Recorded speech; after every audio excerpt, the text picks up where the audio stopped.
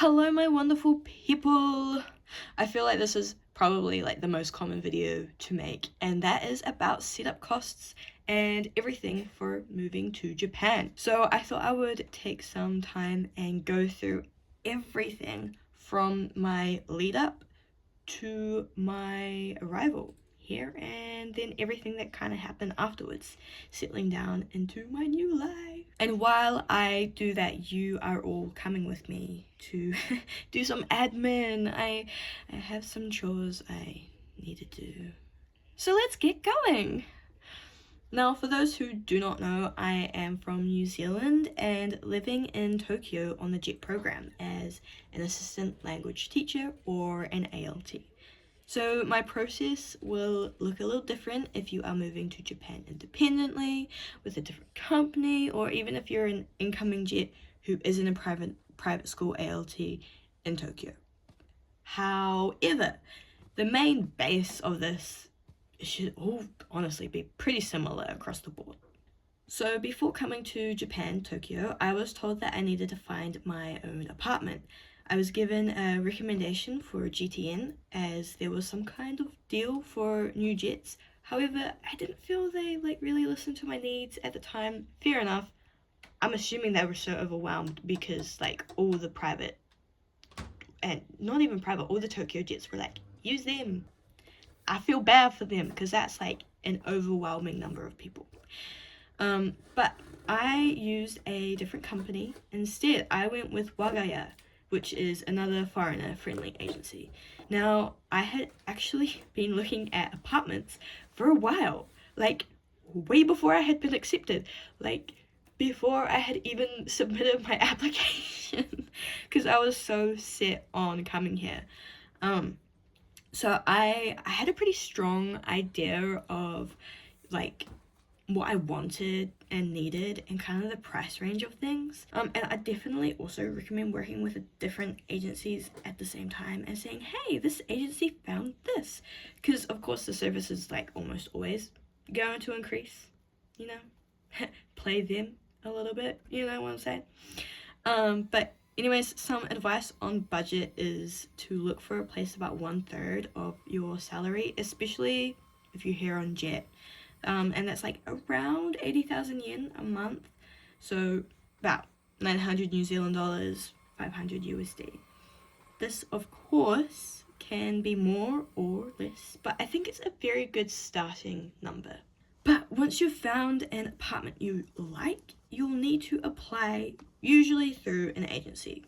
I would recommend an agency unless your Japanese is super good and you can actually contact the landlords. One thing I'll say too, though, is to apply for one apartment at a time. It's said that you can be blacklisted if you apply to too many apartments at one time. Why? I don't really know the reason why. I mean, usually it seems to be fine, but personally I prefer to err on the side of caution. Now, when you put in your application, you'll need an emergency contact for Japan.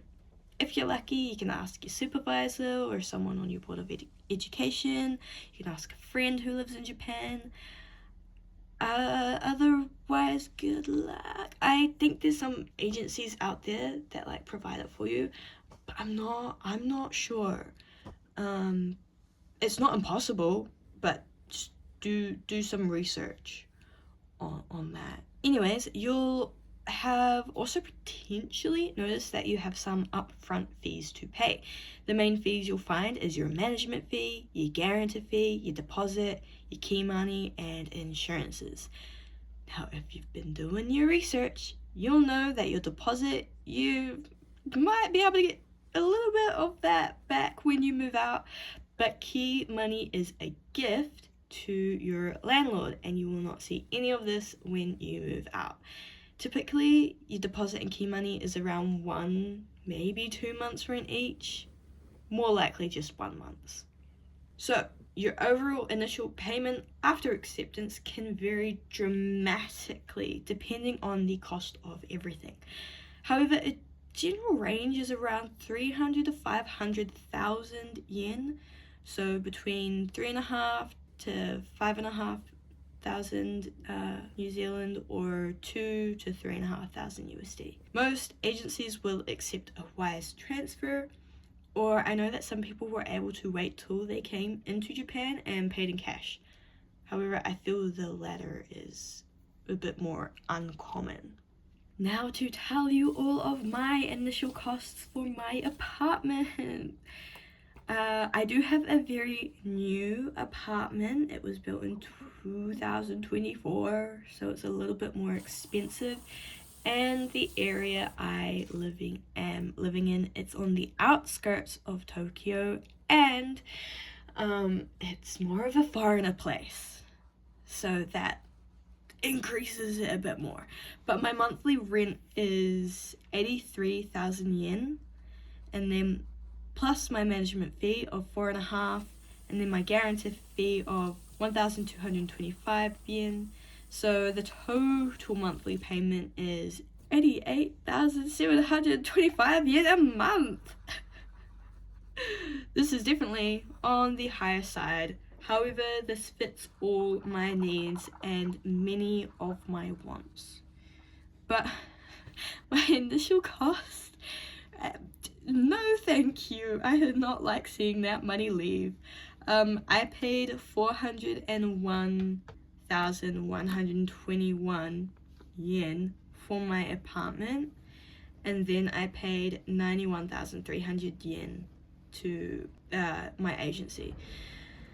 So it was like 492,500 yen, or 5,600 New Zealand, or 3,200 USD. I had to pay key money as well, and I had to pay rent straight away, because this was like, I really wanted this place, 1, and 2, I was not having luck with finding another place that met so many of my needs and wants. And the landlords were like, well, if she wants it, she has to pay now. Like, start paying rent now. And I'm like, ah! So that was like half a month's worth of rent. Yep. Anyways, definitely felt like it costed an arm and a leg. But this was all paid through bank transfer with Wise. Oh, and another thing is that the landlords are still paying the bank back, so if for whatever reason they can't pay, someone else can buy the building and do with it whatever they want. And then my contract lasts 2 years, and after 2 years, if I still want to live here, I have to pay, do a renewal fee of my contract, which is a very, very common thing to happen. And I believe it's like maybe half to 1 month's worth of rent, possibly more. Depends on your landlord. But yay, now you've secured your apartment.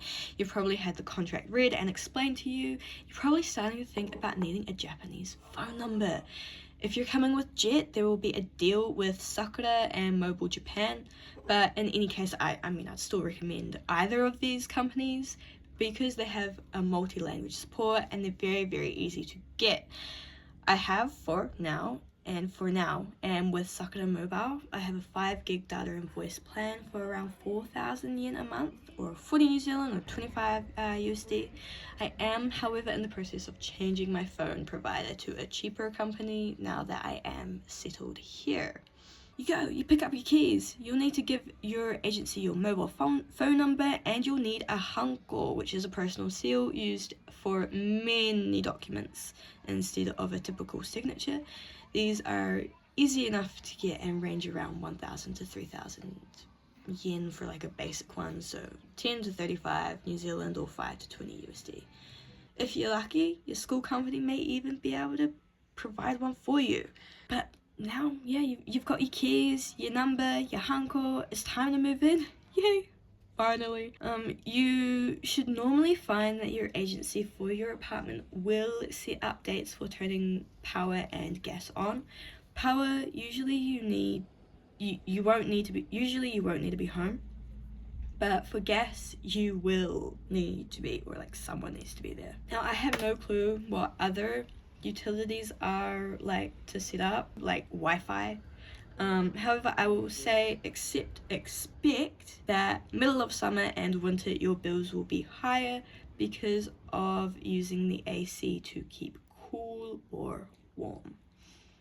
You'll also have your water and sewage management bills. These are all monthly and typically come at the end of the month. Like, everything comes at the end of the month. And then I pay all of my bills at the convenience store, but I'm in the process of moving things over to bank transfer. Now, the average cost of each bill. Yay! Gas on average is 2,000 yen, so 20 New Zealand dollars, 10 USD. Power's around 5,000, again, depends on time of year, which is like 53 New Zealand or 32 USD. And then water, sewage is like 3,000 yen, and I get my bill like every second month, it seems. So I'm not sure what that's about. But that's like 32 New Zealand, 19 USD. Now, like I said, I don't pay for Wi-Fi. I technically, I guess, pay that with the, like, within the rent. But I'm not sure how much that costs monthly. I'm not sure about anything to do with that. But there's going to be people out there who are able to provide you with that information. But that's just like getting your apartment, right? You have the room, but no stuff. Well, I mean, at least if you're like me, I had a completely empty apartment. Some apartments you can get with like basic furniture, like a washing machine, a fridge, maybe even like a microwave or a rice cooker, sometimes a TV too. Or if you're lucky and you get to inherit your predecessor's apartment or something, then yeah, you should be fine for like pretty much all furnishing needs. But I'm gonna be yapping about my furnishing costs. So here we go. So I got my basics, like my mattress, sheets, pillows, futon, curtains from Nitori. Yes, I got a mattress and futon. The futon was coming sooner, like within a couple days, and the mattress was taking a very long time. Anyways, I got that from Nitori. Now, please note that you cannot use international cards or like Wise or equivalent for online payment. You need a Japanese card. But if your like final cost is lower than a certain number, I'm sorry, I cannot tell you what that is, you can go to the convenience store and pay. I personally have never done it, but I know it is an option. Again, depends on how much you're buying. Or you can just go into a store. You can like grab a worker and be like, I want all of this, please ship it, and pay in the store like that. Scary. But I think overall I paid like 48,000 yen. I think I had other things mixed in with that, like other basic things. I can't remember, I'm so sorry. But it was like 48,000 yen. And then for appliances, microwave oven, rice cooker, fridge, washing machine. I got these all from 2nd Street, which is a secondhand store. And these are great. I highly recommend them.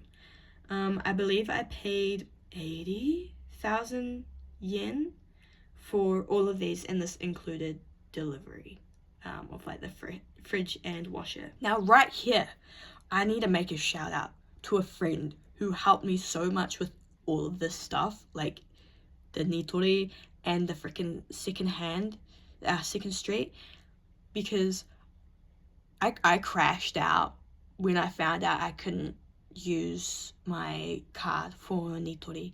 Like I had gone to Nitori, I was like, slay, I want all of these things. I found them all online, and I was like, no. What do you mean I can't? Full crash out. Called, and they're like, yo, I'm coming. They came, they sorted that out. They're like, let's go to 2nd Street. Bro had a car too, and then like got that stuff, and then I got my microwave and my rice cooker like brought in the car back, and I was like, oh my god, thank you. Anyways, bro's a real one. Bro is a real one. his services forever greatly appreciated. So thank you, sir. Thank you so much. To continue, I got basic utensils and plates, pots, pans from Daiso. Nice and cheap. Nice and cheap. And then, like, slowly over time, you know, I have of course acquired more things to make, you know, my apartment feel more like home. And most of it has come from Amazon or like various other 100 yen stores, which are great.